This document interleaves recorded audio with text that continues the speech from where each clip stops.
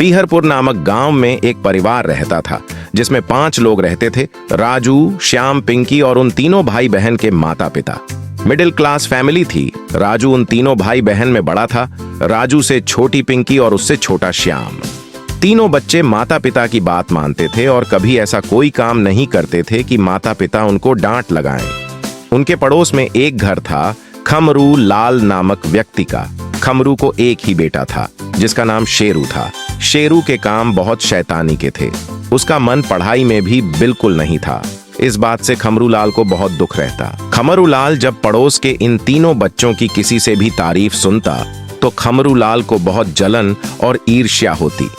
इस ईर्ष्या के पनपने के बाद खमरू लाल ने एक षड्यंत्र रचना शुरू किया। खमरू चाहता था कि मेरे बेटे की तरह अगर इन बच्चों में से भी कोई बच्चा शैतानी करने लगे तो लोग सिर्फ मेरे बेटे की बुराई नहीं करेंगे बल्कि इन बच्चों की भी बुराई करने लगेंगे। अब खमरूलाल ने सबसे पहले राजू को टारगेट किया। राजू का दिल जीतना शुरू किया। खमरूलाल की चिकनी चुपड़ी बातें राजू समझ नहीं पा रहा था। खमरूलाल ने जैसे ही देखा कि हाँ, राजू को मेरी बातें अच्छी लगने लगी तो खमरूलाल ने गेम शुरू कर दिया और राजू से कहने लगा कि राजू, तुम पढ़ने लिखने में भी अव्वल हो और कोई भी बुराई नहीं तुम्हारे अंदर। फिर लोग ऐसा क्यों कहते हैं कि तुम्हारे पिता तुमसे कम प्यार करते हैं और पिंकी और श्याम से ज्यादा प्यार करते हैं। राजू ने ये बात सुनते ही खमरूलाल को कहा कि नहीं, ये बात बिल्कुल गलत है। हमारे माता पिता हम तीनों को बराबर प्यार करते हैं। खमरू ने कहा, हाँ, तुम सही कह रहे होगे राजू, वो तो लोगों से सुना मैंने, इसलिए तुमसे कहा। खमरूलाल की इस बात को राजू ने खमरूलाल के सामने नकार तो दिया, लेकिन खमरू की वो बात राजू के दिमाग में कहीं ना कहीं चलने लगी। राजू की उम्र भी इतनी नहीं थी कि वो इस बात को पूरी तरह भुला पाता या फिर यही बात उसको अपने परिवार वालों के साथ शेयर करनी थी। लेकिन राजू ने ऐसा नहीं किया और राजू ने उल्टा काम शुरू कर दिया। राजू ने क्या किया कि राजू अपने पिताजी की हर छोटी और बड़ी बात को नकारात्मकता से नोटिस करना शुरू कर दिया। एक कहावत है कि हमारा मन जो देखना चाहता है हमको वो ही नजर आता है, और राजू नकारात्मक सोचने लगा। कुछ ही दिन में हुआ कुछ ऐसा कि राजू के मन में चिड़चिड़ाहट होने लगी और उसने अपने माता पिता की बात सुनना कम कर दिया और कभी कभी तो वो अपने पिता को जवाब तक देने लगा था।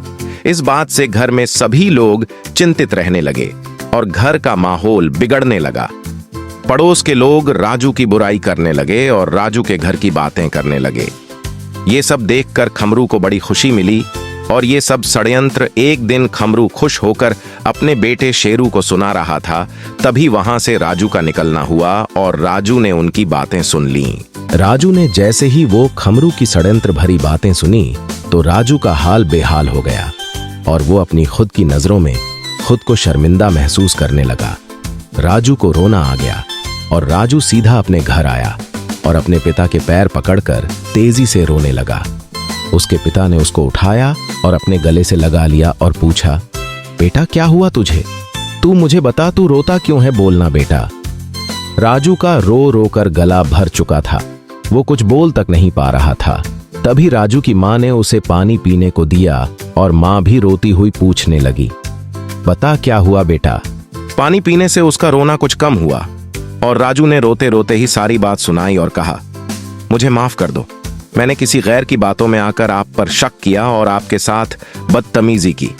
ये बात सुनकर फिर से उसके पिता ने उसको गले लगाकर कहा, बेटा तुम हो या तुम्हारे ये छोटे भाई बहन, हमारे बच्चे तो तुम तीनों हो। हम तो तुम तीनों को बराबर ही प्यार करते आए हैं। अगर ऐसी कभी आगे भी कोई बात मन में आए या कोई कहे तो उसको सबसे पहले हम लोगों के साथ शेयर किया करो, इससे तुम्हें सही गलत का ज्ञान होगा। और इस तरह वो परिवार फिर से खुश रहने लगा। राजू की इस कहानी से हमें यह सीखना चाहिए कि हमें किसी गैर की बातों में लगकर कभी भी अपनों से द्रोह नहीं करना चाहिए और हो सके तो बाहर की हर छोटी बड़ी बात परिवारजनों के साथ बैठकर उनको सुनानी चाहिए।